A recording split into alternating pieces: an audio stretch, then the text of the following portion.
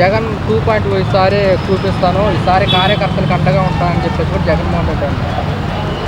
అది వాళ్ళ మేనిఫెస్టో వాళ్ళు అంతవరకు. మీ తెలుగుదేశం వాళ్ళు చూసుకుంటారు, వాళ్ళ పార్టీ వాళ్ళు చూసుకుంటారు అంతవరకు.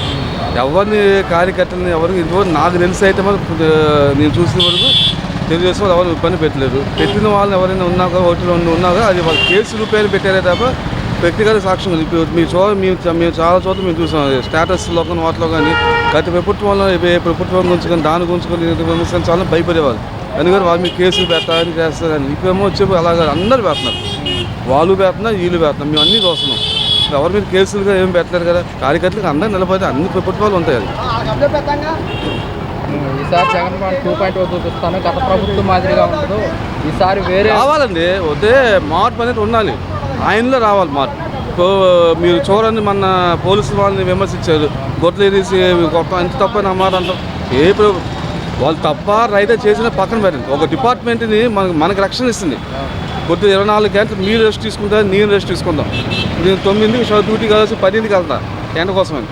వాళ్ళు ఎండ అనగలేరు, వాన అనగలేరు. తుఫాన్లు రేపు పొద్దున పొరపాటున పాకిస్తాన్ మీద యుద్ధం వచ్చిందంటే 24 గంటలు వాళ్ళు కూర్చోవాల్సింది. అన్ని పహారాకు వస్తూనే ఉన్నారు. వాళ్ళు చాలా కష్టమైన డ్యూటీ, వాళ్ళు మామూలు డ్యూటీ కాదు. వాళ్ళు మంచి వాళ్ళు ఉంటారు, చెడ్డ వాళ్ళు ఉంటారు వాళ్ళలో కూడా. కానీ అలాగని డిపార్ట్మెంట్ని మనం విమర్శించకూడదు కదా. ఏ చంద్రబాబు అయినా అంటే, వీరైనా, జగన్ అయినా అంటే, ఎవరైనా అంటే తప్ప నా మాట అంటాం. అలాంటిది నువ్వు అలా విమర్శిస్తే రేపు పొద్దున నువ్వు ఓటు వేయాలని ప్రజలు భయపడిపోతారు.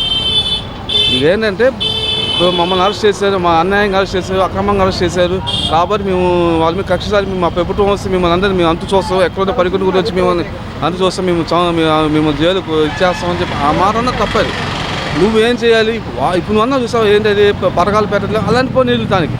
నెక్స్ట్ ఏంటి, నువ్వు ఏం విమర్శిస్తున్నావు, ఏంటి మా ప్రభుత్వం ఏం చేస్తుంది, ఏం చేయట్లేదు, దాని మీద విమర్శించు. ఆయన వాళ్ళు అరెస్ట్ చేసుకుంటే రావటం, విమర్శిస్తూ వెళ్ళిపోవటం, రావటం, విమర్శిస్తూ అది కరెక్ట్. నువ్వు ఇక్కడ ఉండి నువ్వేం చేయాలనుకుంటున్నావు, ఎలా చేయాలి అది అప్పుడు నీకు నెక్స్ట్ ఎలక్షన్స్కి 2.2 కూడా అంతగా మించి ఛాన్సెస్ వాళ్ళకు ఉంటాయి. మనకి ఏది లేకుండా నువ్వు విమర్శిస్తే మరి అది కరెక్ట్ కాదు.